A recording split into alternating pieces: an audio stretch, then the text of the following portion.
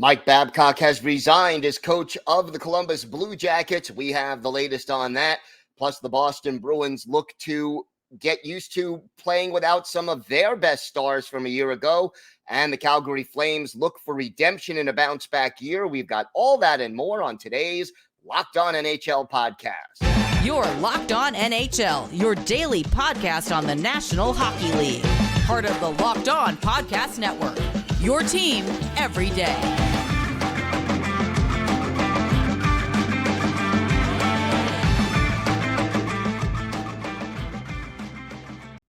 And welcome, everybody, to the Monday edition of the Locked On NHL podcast, part of the Locked On Podcast Network, your team every day. I want to thank everyone who makes Locked On NHL your first listen every day. Don't forget to subscribe on YouTube or wherever you get your podcasts so you can get the latest episodes as soon as they drop. And you can also find us on SiriusXM on the SXM app. Just do a search for Locked On NHL. It is great to welcome back after a very short time the host of Locked On Blue Jackets, Jay Forster. And Jay, never a dull moment in Columbus right now. But the big news of the weekend, Mike Babcock resigning as head coach of the Blue Jackets and Pascal Vincent taking over that position. What was the straw that broke the camel's back as far as Mike Babcock was concerned? It's tough to say, I think. The longer the NHLPA investigation into so for people who aren't aware, he's been investigated by the NHLPA for allegedly violating players' privacy, going through their phones, looking at their photos. I saw one tweet that had a report of a player and him had a meeting away from the rink that had several minutes of scrolling through pictures. So that's not great. And the longer the NHLPA investigation went on, the longer I was like, okay, there's something here, because they wouldn't keep digging if they didn't think there was something there. And like, I hate that this is how it happened. Like, this didn't have to happen, but it has, and now they have to deal with the consequences. But I do think that Jarmo Kekalainen should have seen, if not this coming, then something like this. You know, a leopard doesn't change its spots. I would think, although things do change, that Mike Babcock at the age of 60 probably not going to get a head coaching job anytime soon, if ever again. It's kind of a sad way for him to go out under the circumstances. Yeah, kind of. But I also think he did it to himself. No doubt. You know, and I think that, okay, maybe he didn't understand what he did necessarily. Like, I don't immediately disagree with like asking if you can see like girlfriends or family, or hey, what did you do this summer? Like, and in my mind, I genuinely don't think there was anything malicious from him about this request. And obviously, a lot of the older guys have spoken out and said, yeah, I didn't have a problem with it, but the younger players clearly did. And that, to me, is kind of the problem of, if they don't feel like they can say no to their head coach, there's an issue there. Even if it's for something innocuous like this, if they're worried that them saying no to him is going to impact their ice time, their position on the team, you know, they can get sent down like that. They can get benched. They can get healthy scratched, whatever. Like, that's a big problem. You have to be able to say no to someone who is in a position of power over you, whether that's the coach, the GM, the owners, whatever. And that, to me, is kind of the crux of this is, okay, Babcock didn't think he was doing anything wrong, maybe. But impact over intent matters. Yeah, and you know, he could have approached it differently and just said, show me a couple of photos from what you did this summer, or show me a picture of your family, and let the player pick the photo or photos that he wanted to show. And, you know, this becomes a nothing burger if that happens. Yeah, exactly. And I do think that, like, this I don't want this to come across as me defending Babcock, because I'm absolutely not. But I do wonder how much of it was kind of, we've heard like 50 to 60% of a story. You know, it came out on Spit and Chicklets early this week and the implication there was Mike Babcock is physically snatching phones out of players' hands and airplaying the photos onto the TV. And I think probably what happened is somewhere in between that and like, hey, can I see a picture of what you did on vacation? because stories get garbled. It's a game of telephone that has, gone wrong. But I think it probably wasn't as bad as the worst it could be. But I also think it was worse than a lot of people assumed, at least at first. Pascal Vincent named the new head coach. Talk to me about him. What do you know about him? And how, if at all, does his style differ from Mike Babcock's? I'm a big Pascal Vincent fan. He was the bench boss for a handful of games last season. Brad Larson took some time away due to a family matter or a personal matter. And I thought he did a good job. He was the person who put Patrick Laine at center, which a lot of people were like, oh, weird choice, but I think it worked. I think he succeeded. So I wonder if we'll see something like that this season. Pascal Vincent was also, and this is important, and I didn't actually mention this. We just released an episode of Locked On Blue Jackets about this, and I didn't mention this in it, and I regret that.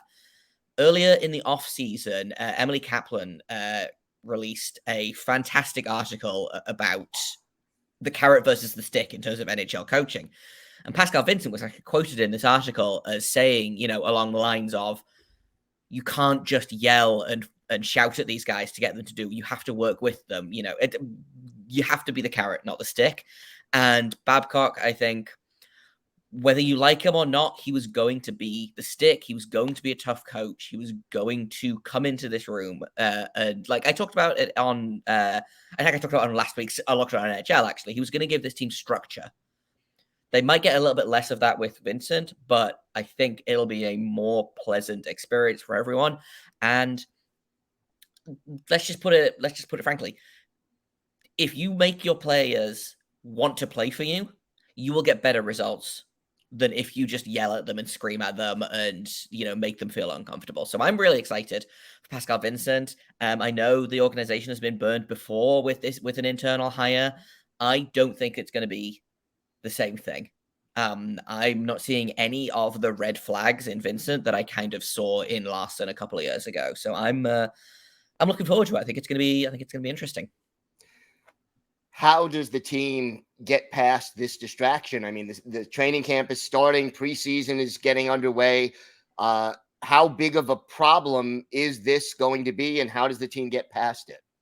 God, it's so tough to answer that. It's probably not as big of a deal in the room as a lot of people are making out, like, and myself included. I think maybe they're down a coach, which is going to be tough for training camp. Obviously, they've lost one of their assistant coaches has become the head coach. They're missing an assistant coach. Does someone from the organization step in temporarily just to be a body?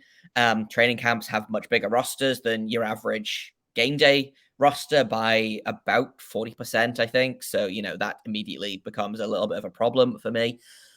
The worry for me here is that I don't want there to be a rift created between the older players who didn't have a problem showing Babcock their phones or their photos or whatever, and the younger players who did, because I think something that worries me and worries quite a few other people, why did the players feel like they needed to go to Spit and Chicklets instead of going to the captain or one of the older? I know Gaudreau came out and said that he didn't have a problem with it. Werenski said the same thing. Mathieu Olivier, who doesn't hold the same kind of weight in this room as guys like Jenner and Gaudreau and Werenski, but like, why did they not feel comfortable going to the veteran leaders in the room? Why did they feel comfortable going somewhere else? And so, like, that to me feels like a bit of a problem that needs to be fixed now, as opposed to 6 weeks down the line when both sides are like, well, you didn't stand up for me, and the other side is like, well, you're causing problems, you're making waves, because that's such a hockey thing, isn't it? You don't rock the boat. And for better or worse, the young players in Columbus rocked the boat until the head coach fell out. So, yeah. Now, I mean, who do you think is in the best position to smooth over that potential conflict? Would it be the captain? Would it be an assistant coach? I mean, how do you bridge that gap that may end up existing? Yeah, I think the captain has to reach out. I think Jenna has to be a captain. And I've been kind of quite outspoken about, I like Boone Jenner a lot. I think he's a good captain. I think he's grown massively since stepping into that role 2 seasons ago, I believe. So, like, I'd like to think that he has, understands what's going on and he is going to reach out. He's still fairly young. I mean, on like NHL terms, I believe he's either just turned 30 or is just about to turn 30. So it's not like he's a dinosaur. I think he's young enough that he can kind of maybe empathize with these kids. And I could also see some of the guys that are kind of in between the quote unquote old guys and the young guys. So I'm thinking of, guys like Patrick Laine, who's 24, I believe, so hopefully something can happen there. But yeah, it has to be the older players reaching out, I think, because frankly, I don't think the young players did anything wrong, and I don't think they think they did anything wrong either. Otherwise, they wouldn't have said anything, So I don't think that it's not them to come out and say, "Hey, sorry for rocking the boat." It's the older players' job to come out and say, "Hey, we're really sorry that we created an environment that made you feel like you had to go anonymously to some podcast instead of coming to me with a problem." All right, Jay, why don't you tell our viewers and our listeners where they could find Locked On Blue Jackets and where they could find you on social media? So you can find Locked On Blue Jackets wherever you get Locked On NHL. There is a brand new episode up there from Sunday night, all about Babcock, all about Vincent, and what comes next for the Blue Jackets. You can find me on Twitter at _Jakob Forster, Jakob Forster. You can find my co-host Hayden Heilsorn at HaydenH971. And you can find the show on Twitter at LO_Blue Jackets. Jay, always a pleasure. Thanks so much for doing this. Thanks for having me.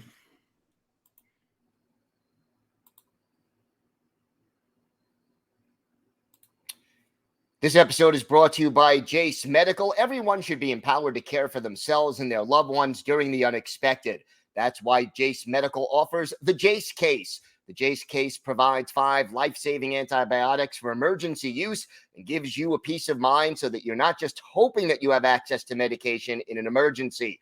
Jace Medical makes sure you have the medication in hand. Jace Medical is simple. They handle everything from the online evaluation to licensed pharmacy medication, delivery, and ongoing consultation and care. So don't get unprepared. Save more than $360 by getting these life-saving antibiotics with Jace Medical, plus an additional $20 off by using code LOCKEDON at checkout on jacemedical.com. That's JASE medical.com, promo code LOCKEDON. Lots of changes in Boston this offseason. Ian McLaren of Locked On Boston Bruins joins us to talk about it. And Ian, out of all the departures this offseason, which one do you think will be the toughest for the Bruins to replace? I mean, there's no question that it's Patrice Bergeron. He was their captain. He won the Selke Trophy again last season, and he certainly had some gas left in the tank. He was playing at an elite level as a two-way center. And, you could argue David Krejci's up there as well. Both of them combined would be the answer here. But if you're looking at one individual, I wasn't really expecting Krejci to come back. I thought Bergeron might for the centennial season and because of how last season ended, but both have moved on, spending more time with their families, which is great for them personally. But of course, for the Bruins, it leaves a pretty significant hole in terms of the center position as well as leadership in the locker room. You mentioned the leadership. Who do you think, regardless of whether they name a new captain or not, who do you think will pick up the slack in the leadership department? I mean, the thing with the Bruins is that they have had this pretty inclusive culture of leadership over the last 10, 15 years or so. It was Zdeno Chara, Tuukka Rask, who served as leaders along with Krejci and Bergeron. You had someone like Nick Foligno step up recently. It's going to be kind of a leadership by committee, despite the fact that it looks like they will name a new captain. But even if one single player has the C, you will still have players like Brad Marchand, Charlie McAvoy, David Pastrnak, Hampus Lindholm, the goaltending duo of Linus Ullmark and Jeremy Swayman, as well as Charlie Coyle, who's been around for a while, and the returning Milan Lucic, who relished the opportunity to don the spoked B once again. He's been gone since 2015.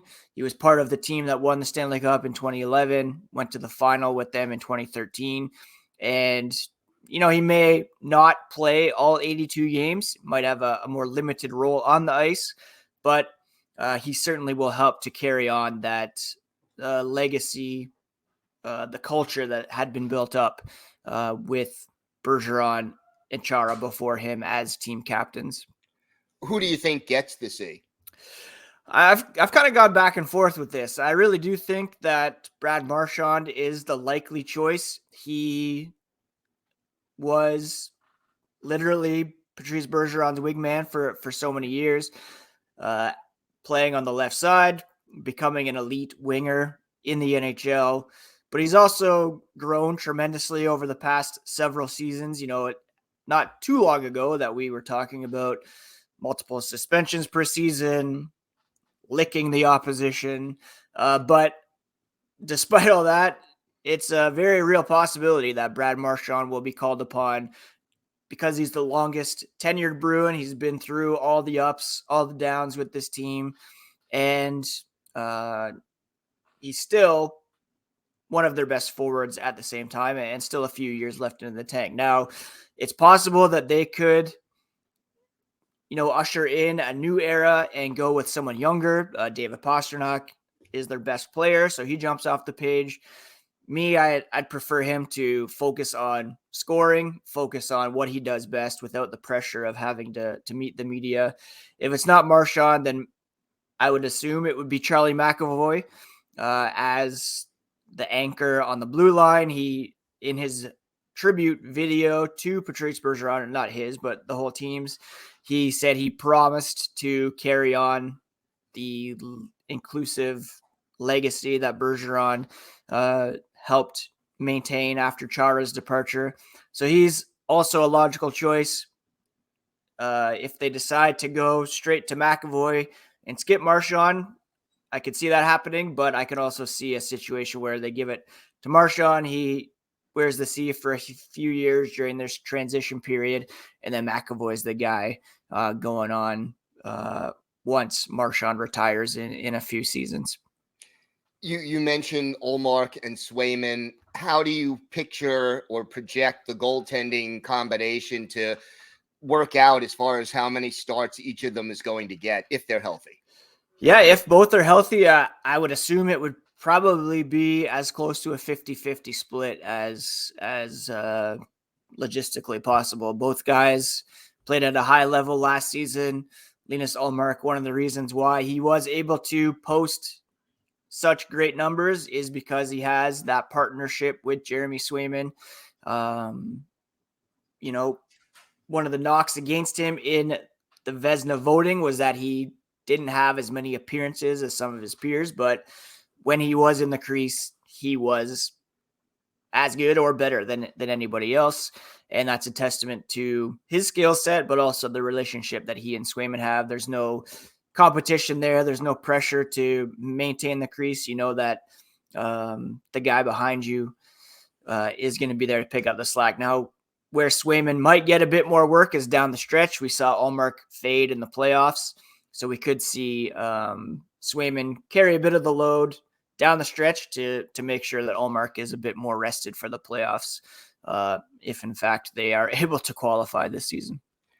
Training camp just around the corner. Any young players, prospects that have a good chance of making this team, or just that we need to keep an eye on?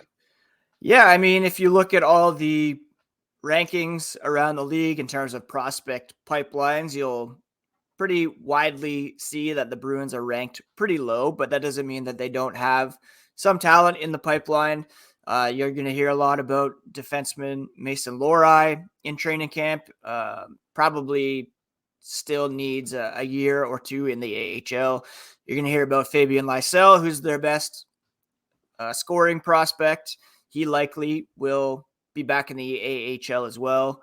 A young center named Matt Poitras, who they're very high on. He was their second round pick last season. likely will be back in the OHL and could challenge for the scoring title in that league. The one guy that, and I talked about this on Locked On Bruins on Friday, is John Beecher. He's a bit more established. He's got a full season at the pro level under his belt, 22 years old, and really came into his own as responsible two-way center for the Providence Bruins last season. And with the open position on the fourth line on the big club, I could really see him taking steps and becoming a guy who grabs that spot and cracks the team in a few weeks. Should be interesting and an interesting ride. I know you'll have it covered every step of the way. Ian, why don't you tell our viewers and our listeners where they could find the podcast and where they could find you on social media? Yeah, they can find the podcast on their favorite podcast apps and on YouTube. Just search up Locked On Boston Bruins and become an everyday listener this season. Can find the podcast on social media at Locked NHL Bruins, and I'm at Ian C. McLaren. All right, Ian, thank you so much. Always a pleasure talking hockey with you. No problem, Gail. Thanks for having me on.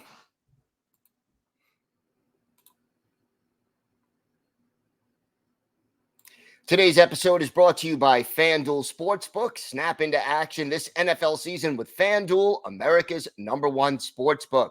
Right now, new customers get $200 in bonus bets guaranteed when you place a $5 bet. That's $200 in bonus bets, win or lose. If you've been thinking about joining FanDuel, there's no better time to get in on the action.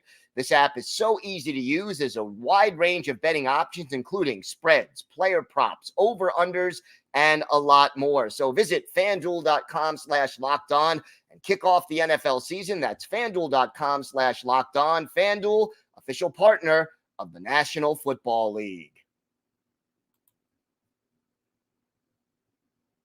It is my pleasure to welcome back to the show the host of Locked On Flames, Jess Belmosto. And Jess, big season ahead for the Flames. And I guess the top question is, so many players the Flames were counting on last year struggled, disappointed. Mm-hmm. Can those players bounce back in 2023, 2024? Well, they can't get any worse. So I'm going to say yes, just because, I think last year really was a fluke. Everything that could have gone wrong went wrong.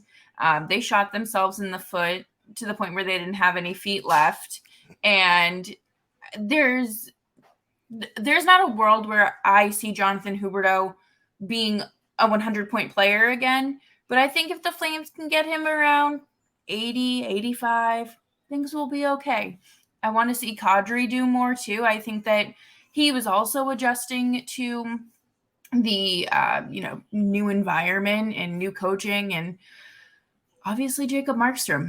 That's the biggest piece here. Just slightly above average goaltending will get the job done. What do you think was the big issue with Markstrom last year, and why do you think he can straighten it out this year?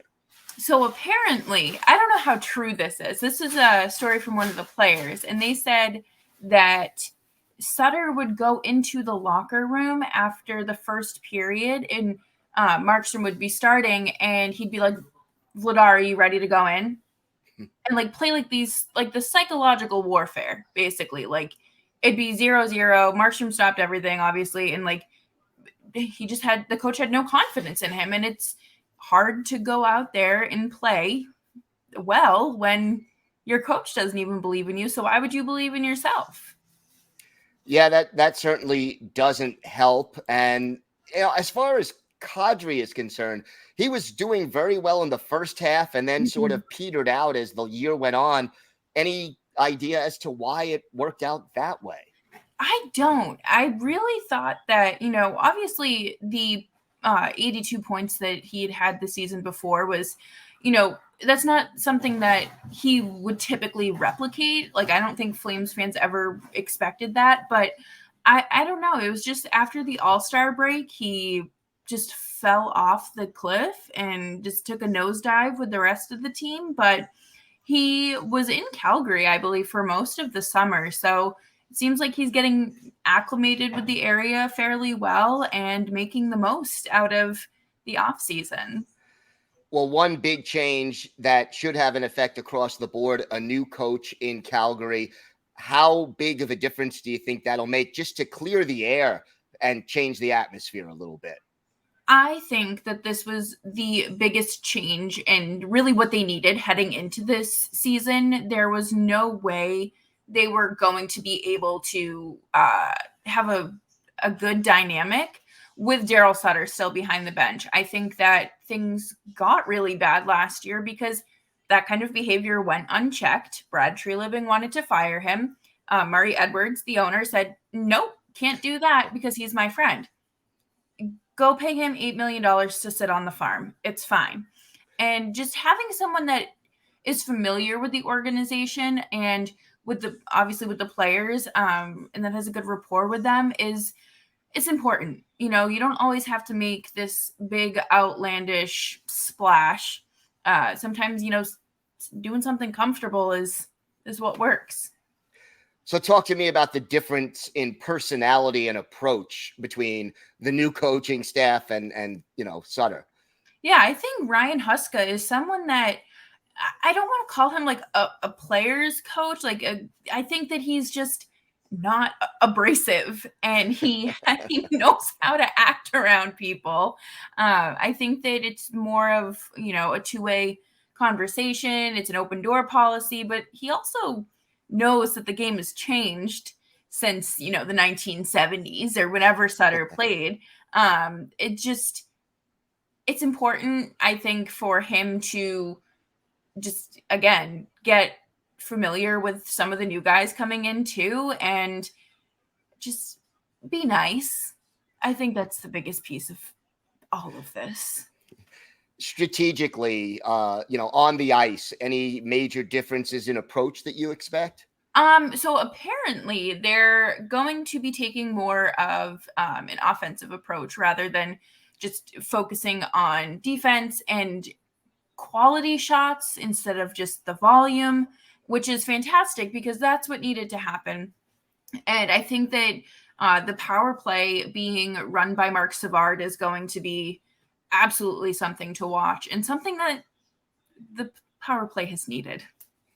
Well, he was a good power play player when he was playing, so that certainly he knows what to do. Whether we could teach it, we'll have to find out. How about this?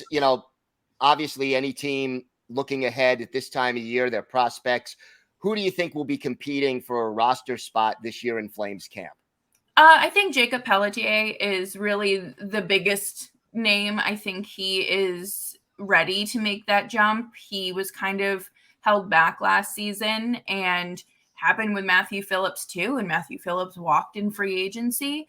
I think that Matthew Coronado has a really strong chance at making it, if not immediately, play some time in the AHL. He will see some time with the Flames. I think that he is still, he's still young.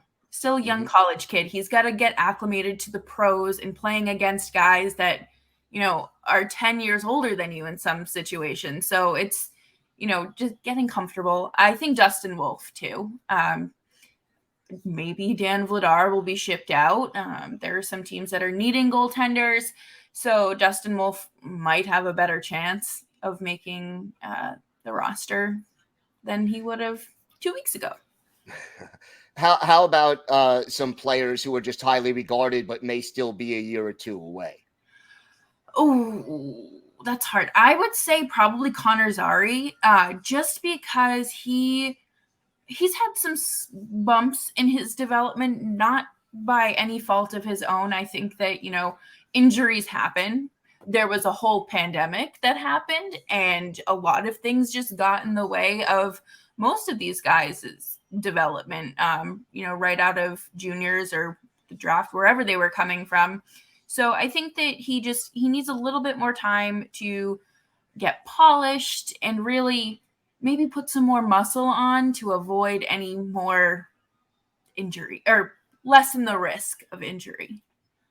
Always makes sense. A lot of junior players and younger players need to do that. So we'll keep an eye open. Jess, why don't you tell our viewers and our listeners where they could find the podcast and where they could find you on social media? Sure. So you can tune into Locked On Flames wherever you get your podcasts, as well as YouTube. And of course, you can follow the show on Twitter at LO_FlamesPod. And you can follow me on Twitter at Jess Belmosto. Jess, thanks so much. Always a pleasure. Thank you so much, Gil. All right. I want to thank my guest. I want to thank Jay Forster of Locked On Blue Jackets, Ian McLaren of Locked On Bruins, and Jess Belmosto of Locked On Flames for joining me today. I want to thank everyone for making Locked On NHL your first listen every day. Everydayers, we are here every Monday through Friday, bringing you the biggest stories from around the National Hockey League. I'm Gil Martin. I host the Monday show. I also co-host the Friday show with Rachel Donner. Have a great day, everyone, and thanks so much for listening and watching the Locked On NHL podcast.